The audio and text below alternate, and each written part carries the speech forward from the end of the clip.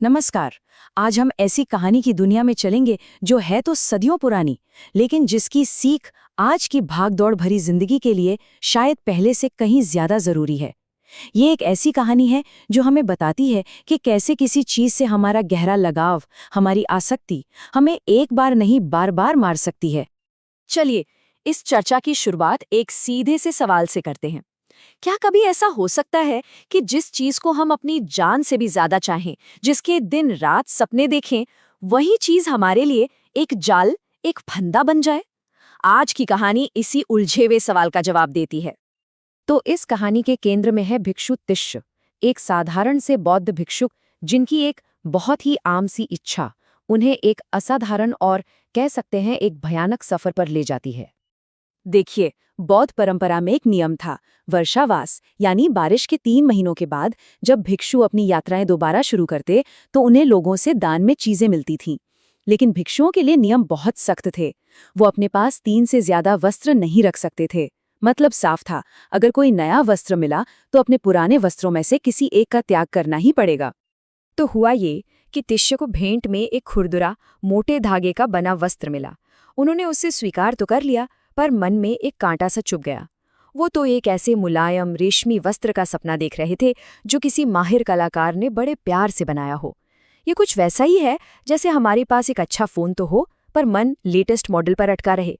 तिष्य के मन का संघर्ष बस यहीं से शुरू हो गया था। लेकिन तिष्य की ये इच्छा अब सिर्फ एक सपना नहीं रहने वाली थी। उनकी बहन सुवर्णा इसे हकीकत में बदलने वाली थी, और वो भी बड़े ही अनोखे तरीके से। तिरुष्य ने वो खुरदुरा वस्त्र अपनी बहन सुवर्णा को दे दिया, जो कि एक माहिर कारीगर थी।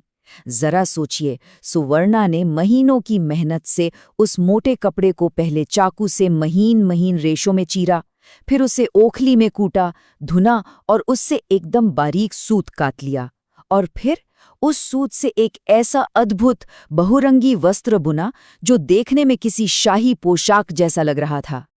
और जब तक वो वस्त्र तैयार हो रहा था, तिष्य के दिमाग में बस वही घूम रहा था।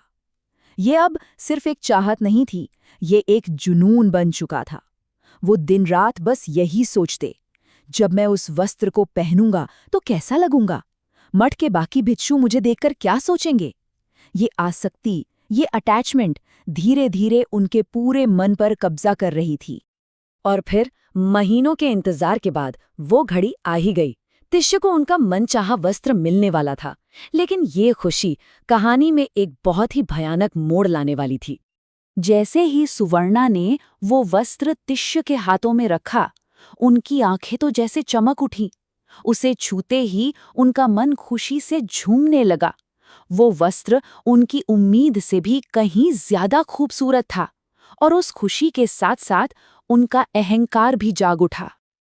अपने मन में वो अहंकार से भरकर सोचने लगे, अरे वाह, ऐसा अद्भुत वस्त्र तो शायद खुद बुद्ध के पास भी नहीं होगा। कल जब मैं इसे पहनकर सभा में जाऊंगा तो सबकी नजरें बस मुझ पर ही टिकी रहेंगी।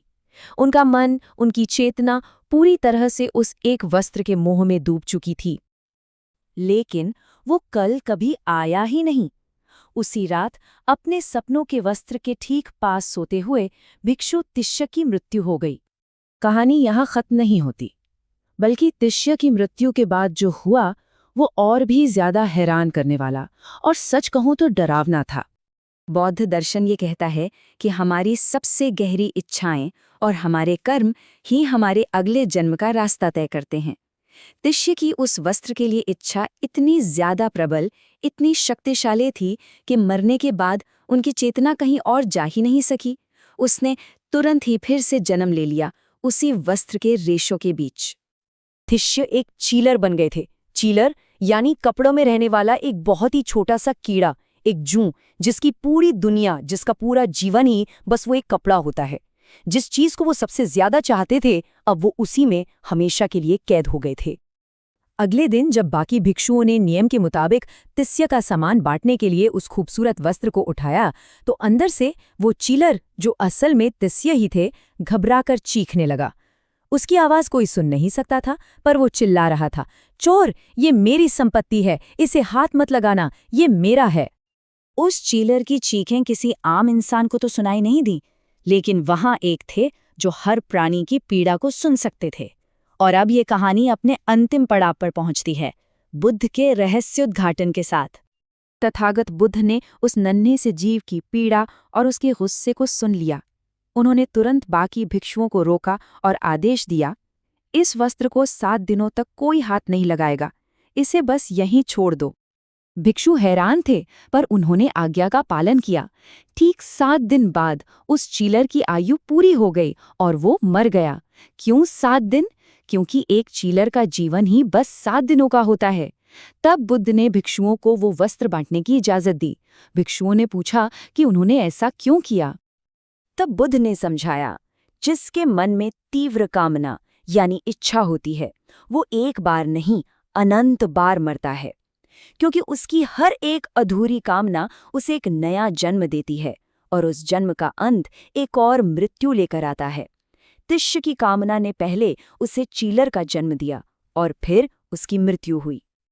और अंत में बुद्ध ने ये गाथा कही, इसका मतलब है जैसे जंग लोहे से ही पैदा होती है और धीरे धीरे उसी लोहे को खाकर खत्म कर देती है, ठीक वैसे ही इंसान के अपनी बेलगाम इच्छाएं और गलत कर्म उसी से पैदा होकर उसे ही अंदर से खोखला कर देते हैं। तिष्य की आसक्ति ही उनका जंग बन गई। ये कहानी हमें एक आईना दिखाती है। तिष्य का वस्त्र तो सिर्फ एक प्रतीक है, एक सिंबल। हमें खुद से पूछना होगा कि आज के ज़माने में हमारे चाहे हुए वस्त्र क्या हैं? क्या वो हमारा लेटेस्ट फ़ोन है, हमारी नौकरी का टाइटल, सोशल मीडिया पर मिलने वाले लाइक्स या कोई रिश्ता? ऐसी कौन सी चीज़ है जिससे हमारा लगाव इतना गहरा है कि वो हमें आज़ाद करने के बजाय हमें कैद कर रहा है?